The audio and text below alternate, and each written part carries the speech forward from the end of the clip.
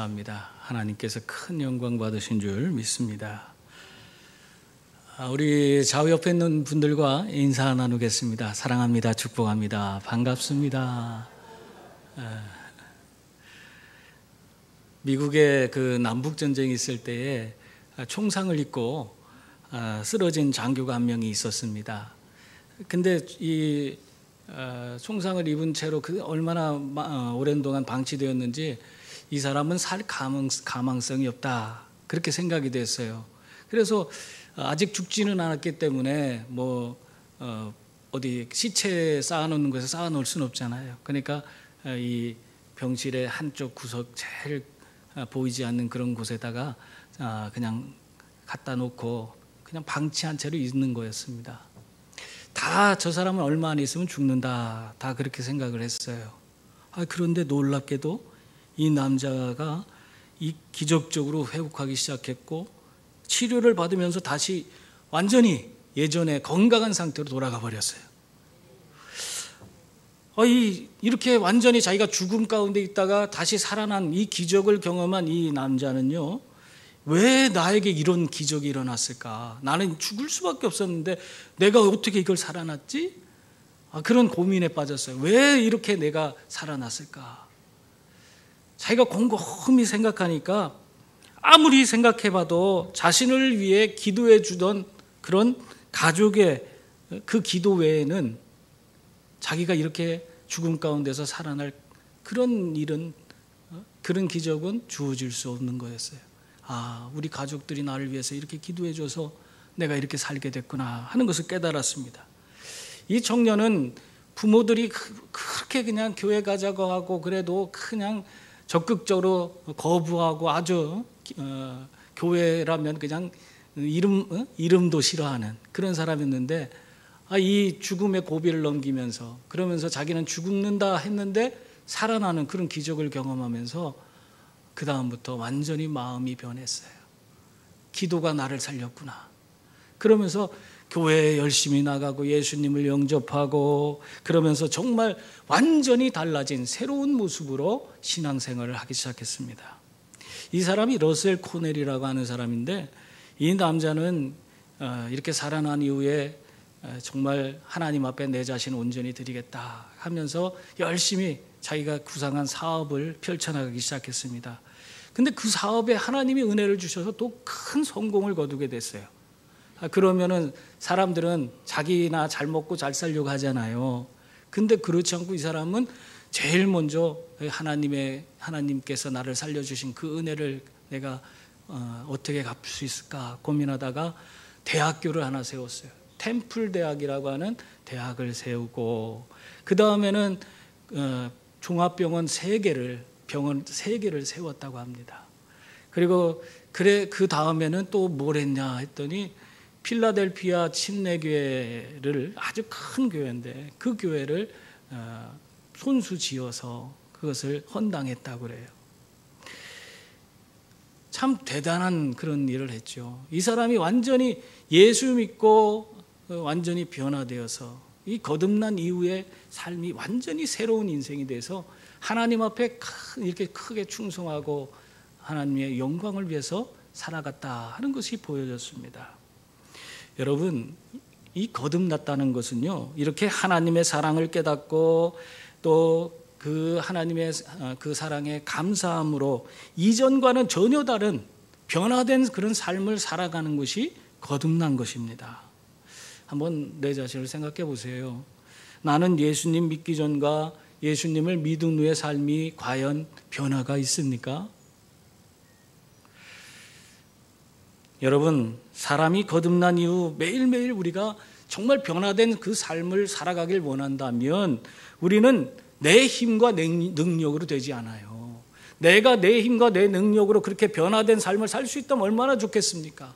근데 내 힘과 내 능력으로는 내가 작심삼일이라고 하잖아요. 우리가 그렇게 해야겠다 생각해도 얼마 가지 못해서 정말 내가 변화된 삶을 살지 못하는, 다시 예전 모습으로 돌아가 버리는 그런 삶을 사는 것을 볼 수 있습니다. 그러나 우리 안에 성령께서 오셔서 나를 다스려 주시고 성령 하나님께서 인도해 주신다면 그러면 우리의 삶은 변화되는 겁니다. 성령 하나님의 도우심의 손길이 있어야만이 우리는 이 거듭난 삶, 변화된 삶을 지속적으로 살아갈 수가 있습니다. 그래서 우리는 성령님과 함께하는 삶이 우리 성도의 삶이 되어야 합니다. 성도들의 삶 속에 성령님이 함께 하셔서 우리의 삶의 걸음을 인도해 주셔야 되는 겁니다. 오늘 말씀은 그 성도의 삶이 어떻게 이루어지는지를 우리에게 보여주고 있어요. 오늘 말씀 보세요. 먼저 성도는, 이 성도의 삶은 성령의 도우심을 받으며 살아야 된다. 분명하게 말하고 있어요. 26절, 27절 말씀 보세요. 한번 같이 읽어볼까요? 이와 같이 성령도 우리의 연약함을 도우시나니 우리는 마땅히 기도할 바를 알지 못하나 오직 성령이 말할 수 없는 탄식으로 우리를 위하여 친히 간구하시느니라. 마음을 살피시는 이가 성령의 생각을 하시나니 이는 성령이 하나님의 뜻대로 성도를 위하여 간구하심이니라. 아멘. 내 힘과 내 능력으로는 우리들이 정말 제대로 변화된 삶을 살 수가 없습니다. 예수 그리스도 그분 안에서 우리는 정말 완전히 그분의 힘과 능력으로 완전 변화된 그런 삶을 살아야 되는데 내 힘과 내 능력으로는 그러한 변화된 삶을 살지 못하는 거예요. 그래서 우리들은 철저히 성령 하나님의 도우심을 받으며 살아야 하는 줄 믿습니다. 그때 우리들이 어떠한 어려움이 우리의 삶에 있든지, 내가 정말 수많은 어려움 가운데서 내가 무엇을 기도해야 될지 그런 모르는 상황이 있을지라도 그때 어떻게 한다는 거예요? 내가 내 자신의 그 어려움 가운데서 나는 아무것도 할 수 없고 내가 기도도 할 수 없는데 그럴 때 우리 성령께서 나를 도와주셔서 말할 수 없는 탄식으로 나를 중보해 주신다. 그렇게 말씀하고 있어요. 여러분, 결국에 우리의 힘으로는 우리가 변화된 삶, 온전한 삶, 이 거듭난 삶을 살아갈 수가 없지만, 성도의 삶을 살아갈 수 없지만 성령님께서 오셔서 나를 도와주시면은 내가 갈 바를 몰라서 갈팡질팡할 그런 상황이라도 성령께서 말할 수 없는 탄식으로 우리를 위해서 중보하심으로 우리가 제대로 된 삶, 성도로서의 하나님을 기쁘시게 하는 삶을 살아가게 그렇게 만들어주시는 것입니다. 1969년에 스탠포드 대학의 심리학자 필립 짐바르도 교수가 실험을 했습니다. 어떤 실험했냐면 자동차 두 대를 똑같이 한 어떤 골목에다가 방치를 해놓는데 일주일간 방치를 해놓는 건데 어떻게 방치를 해놓냐면 앞에 엔진룸을 다 열어놓고 그렇게 방치를 해놓는 것이었습니다. 그런데 그 두 대 중 한 대는요 유리창을 조금 깨놨어요. 그러고 나서 일주일 후에 어떻게 되나 그 살펴보기로 했습니다. 여러분, 일주일 후에 이 두 자동차는 어떻게 되었을까요? 본인 그 엔진룸을 열어놓은 그런 자동차는 특별히 어떤 변화도 없었어요. 창문이 깨지지 않고 그냥 멀쩡한 상태로 있었던 그냥 엔진룸만 열어놨던 그런 자동차는 정말 특별히 변화된 것이 하나도 없었습니다. 그런데 유리창을 조금 깨놓은 그런 상태로 놓아둔 그 자동차는 완전히 그냥 고철이 되어버렸어요. 더 이상 사용할 수 없는 그런 지경이 됐어요. 그 차를 엔진룸을 열어놓고 창문이 약간 깨진 상태에서 그대로 두었더니 아니 10분도 안 돼서 그 배터리를 누가 빼가더라요.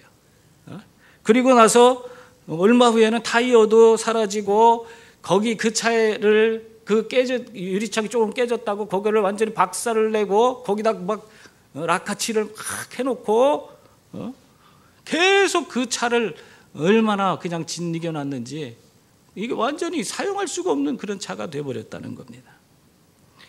여러분, 유리창이 파괴된 것은 심리적으로 커다란 파괴로 느끼게 한 것이고 이 같은 파괴는 파괴를 부르는 그런 결과를 가져온 것입니다.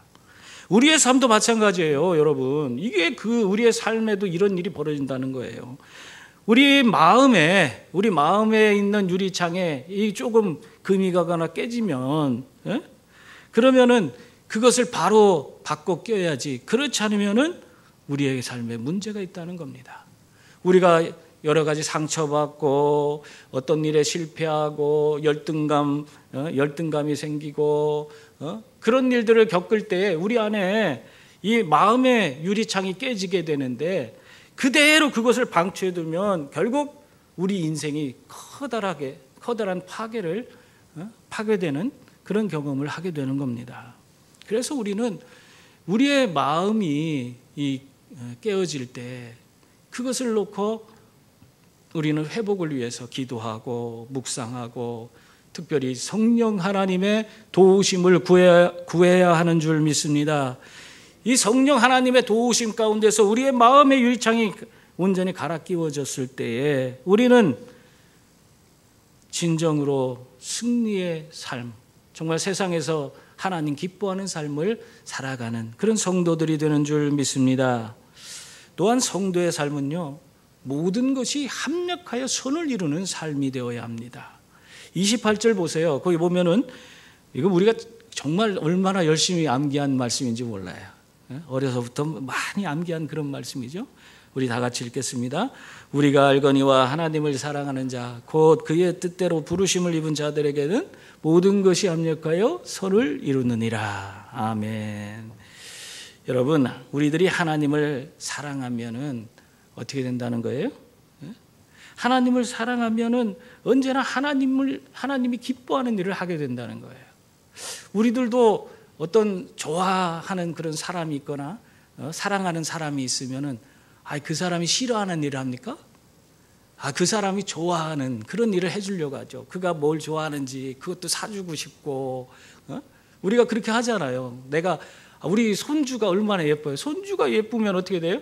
그냥 손주가 뭐 좋아하는 거 있나 보고 그것도 할매들 돈도 없는데 그 손주 뭐 사주려고 그렇게 행하지 않아요?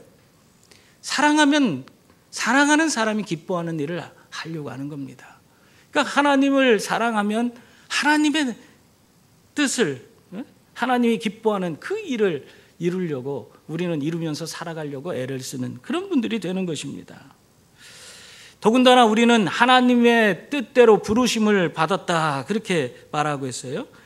하나님의 뜻대로 부르심을 받아서 정말 하나님의 은혜 가운데 살아가며 하나님을 우리가 뜨겁게 사랑하는 그런 성도라면 우리의 삶이 정말 하나님 은혜 가운데에서 모든 것이 합력하여 선을 이룬다는 사실을 믿어야 하는 줄 믿습니다. 여러분, 내 마음대로 행할 때는 선이 이루어지지 않습니다. 내 삶의 모든 것이 선을 이루기 위해서는 하나님의 뜻을 먼저 구하는 자들이 되어야 하는 것입니다. 그러면 성령 하나님께서 무엇을 하든지 하나님 뜻을 이루도록 만들어 주시는 거예요. 그것이 여러분 우리가 당장 내가 보기에는 그것이 이해되지 않고 받아들일 수 없는 그런 부분일 수도 있어요. 하나님께서는 우리의 시작과 끝을 아시는 분이신 줄 믿습니다. 내가 언제 태어나고 언제 죽을지를 다 알고 있어요. 내 삶의 과정 속에서 뭐가 필요하고 뭐가 필요 없는지도 아시는 분이에요. 하나님께서는 그 모든 것을 다 알고 계시기 때문에 시기적절하게 우리에게 그 모든 것들을 그 필요에 따라서 공급해 주시는 것입니다. 그렇기 때문에 지금 당장은 내 눈앞에 왜 이런 것을 나에게 허락해 주시는지, 왜 나에게 이런 고통을 주시는지 도대체 이해되지 못하는 그런 일들이 주어질 수 있는 거예요. 그럼에도 불구하고 믿음으로 하나님께서 주시는 모든 것은 합력하여 선을 이루는 것이다. 그렇게 믿음으로 받아들이고 나아가다 보면 어느 순간에 보면 그때 이것이 없었으면, 이런 일이 나에게 없었다면 오늘 이것도 없겠구나. 하나님께서 모든 것을 다 합력하여 선을 이루어 주셨구나 하는 그것을 우리가 깨닫게 되는 거예요. 미국 오레곤주에 가난한 농부가 살고 있었는데 이 가난한 농부가 마을을 회관해서 영화를 상영한다고 하니까 영화 한번 보자 하고 그 부부가 영화 보러 그 마을 회관에 나아갔습니다. 영화를 상영하는데 영화 상영하기 전에 꼭 앞에 선전 광고 영상들이 뜨잖아요. 근데 광고 영상이 뜨는데 그때 우리나라가 6.25를 지난 그런 시기였어요. 그러니까 한국 전쟁 고아에 대한 영상이 뜨는 거예요. 이들을 도와야 된다. 한국 전쟁 고아들이 이렇게 많다 하면서 이걸 도와야 됩니다. 그래서 그 영상을 보게 됐는데 그때 이 농부의 마음에 큰 울림이 있었어요. 그래서 영화를 보는데도 계속 한국 전쟁 고아들, 그 전쟁 고아들이 계속 머릿속에 떠나지 않는 거예요. 그래서 이 농부가 나같이 가난한 농부가 뭘 할 수 있다고 자꾸 그 생각을 하고 있냐. 에? 우리 같은 가난한 농부가 할 일이 아니잖아, 그런 거는. 그러면서 아주 그것을 잊어보려고 애를 썼다고 합니다. 그런데도 그것에 대한 너무 강렬하게 그것이 인상적으로 자기 삶에 이게 완전 뿌리 박힌 거예요, 그냥. 그것이 너무나 강렬하게 느껴져서 그걸 가지고 부부가 그때부터 기도했대요. 하나님께서 이것을 우리에게 하기를 원하시는 것 같은데 우리가 한번 기도해 봅시다 하면서 둘이 기도를 했어요. 며칠 동안 기도를 하면서 그들이 결국 하나님이 이걸 하는 걸 원하신다 하는 확신을 얻게 됐습니다. 그래서 어떻게 할 수 있을까 했는데 자기들이 가진 거는 밭밖에 없는데 밭을 절반을 팔았어요. 절반을 팔아서 한국 전쟁고아를 입양하기를 했어요. 그랬더니 한국 전쟁고아 8명을 입양할 수 있었대요. 이렇게 해서 시작된 것이 홀트 아동복지예요. 여러분, 우리가 그 뭔지도 몰라도 그 이름은 다 들어봤잖아요. 이게 세계에서 가장 영향력 있는 아동복지센터예요. 홀트 아동복지에. 이것이 이렇게 해서 탄생한 거예요. 이 농부가 하나님께서 그들에게 주신 그 강한 감동을 그들이 그대로 받아들였을 때 하나님이 그 모든 과정을 다 합력하여 선을 이루게 만든 거예요. 이들이 8명을 입양하니까 그 다음에는 그것에 대해서 사람들이 관심을 갖게 되고 이 농부들이 그 아이들을 키운다니까 적극적으로 후원하고 그러면서 나중에는 그들이 농사 짓지 않고 아예 이 홀트 아동복지에만 전념하도록 그렇게 만들어 주셨어요. 그래서 이렇게 세계적으로 가장 영향력 있는 그런 아동복지 단체를 세울 수가 있었습니다. 여러분, 하나님은 이렇게 우리들의 삶에 작은 것에 순종할 때에 그것을 통해서 합력하여 선을 이루도록 만들어 가시는 그런 분이신 줄 믿습니다.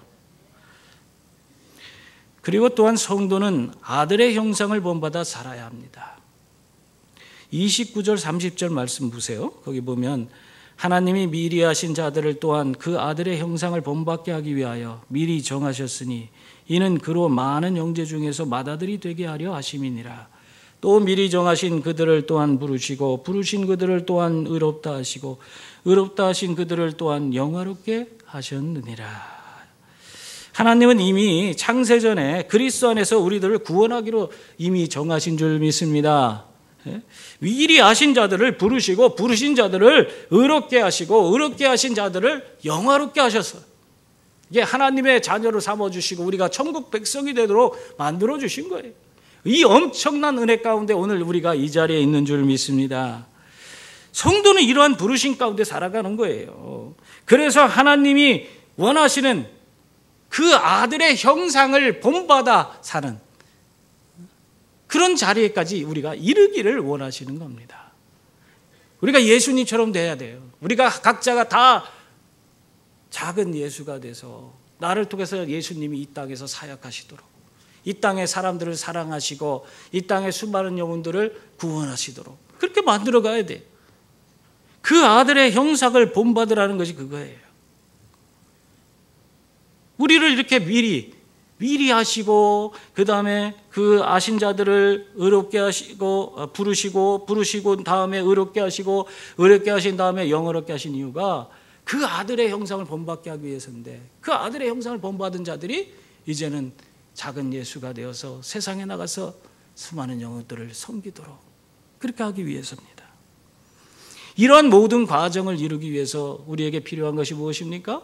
성령의 강한 기름 부으심이 있어야 돼요.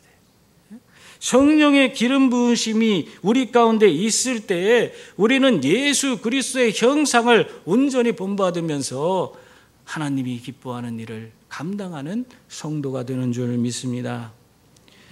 예수 믿는 사람들은요, 언제나 성령의 도우심 가운데서 이렇게 하나님의 음성을 따라 행해야 하는 것입니다.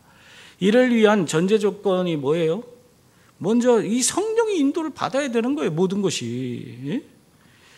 하지만 안타깝게도 오늘 많은 그런 사람들은 성령의 도움 없이 그냥 살아가는 거예요. 신앙생활도 성령님과 함께 해야 되는데 성령의 도움 없이 그냥 신앙생활해요. 그래서 하나님의 음성을 듣지 못하고 하나님 뜻이 무엇인지도 알지 못한 채 자기의 생각대로 그냥 신앙생활해 가는 거예요. 그 결과 이게 교회 안에서 수십 년 그렇게 신앙생활했어도 전혀 예수 그리스도와 상관없이 자기의 상식과 그런 감정과 욕심대로 교회 안에서 행동을 하는 그런 모습을 보이고 있어요. 세계대전 당시에 이 나치 정권이요, 세력 유지를 위해서 또 자기들의 야망을 실현하기 위해서 교회들을 회유했습니다. 그래서 다수 교회가, 독일의 다수 교회가 전부 다 이 나치 정권에 다 회유에 넘어갔어요. 그러자 이 양심적인 목회자들이요, 도대체 어떻게 나치 이 저런 사람들과 함께 할 수 있느냐, 교회가. 그것이 하나님 뜻이라고 어떻게 얘기할 수 있느냐. 수백만 그런 사람들을 죽이는 그런 집단을 어떻게 그걸 옹호할 수 있느냐. 그러면서 양심적인 목회자들이 나와서 고백교회라고 하는 그런 교회를 결성해서 나치에 저항했습니다. 우리 주보의 파송의 기도가 이 고백교회의 기도문입니다. 이 고백교회의 지도자 중에 한 사람이었던 칼 바르트라는 사람이 있었는데요. 그분이 이런 선언을 했습니다. 그리스도를 유일한 머리로 모시는 거룩한 교회는 하나님 말씀에서 태어나 그 말씀 안에 머물며 낯선 자의 음성을 듣지 않는다. 그렇게 말했습니다.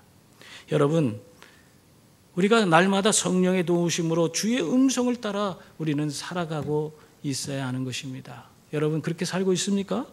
아니면 여전히 세상의 소리, 낯선 자의 음성을 따라서 살고 있습니까? 진정한 주님의 음성을 듣고 우리가 그 아들의 형상을 본받아 살기를 원한다면 우리는 성령 충만받아서 성령님의 인도를 받으며 정말 우리가 하나님의 뜻이 무엇인지, 하나님이 우리에게 들려주신 그 말씀, 그 음성을 따라서 우리는 매일매일 하나님께서 우리에게 부여해 주신 사명을 감당하며 사는 성도들이 되어야 하는 줄 믿습니다. 그것이 성도들의 삶이에요. 근데 중요한 성도들의 삶은 우리가 있고 그냥 내가 원하는 대로 그냥 하나의 이 신앙생활이 나의 삶의 문화처럼 이렇게 여기면 살면은 그는 하나님 기뻐하는 것이 아닙니다. 사랑하는 성도님들, 성도의 삶은 항상 성령의 도우심을 받으며 사는 삶입니다. 그래서 성령 안에서 내 삶의 모든 것이 합력하여 선을 이루리라 한 믿음을 갖고 사는 삶입니다. 그리고 그 아들의 형상을 본받아서 이 땅의 작은 예수로 모든 이들을 섬기고 하나님의 위대한 뜻을 나타내는 그런 성도들의 삶을 살아가는 그런 분들이 되어야 합니다. 그것이 성도들의 삶이에요. 그러므로 언제나 성령 안에서 하나님 기뻐하시는 이런 삶을 이루시며 승리의 길을 걸으시는 성도들이 다 될 수 있기를 바랍니다. 기도하겠습니다.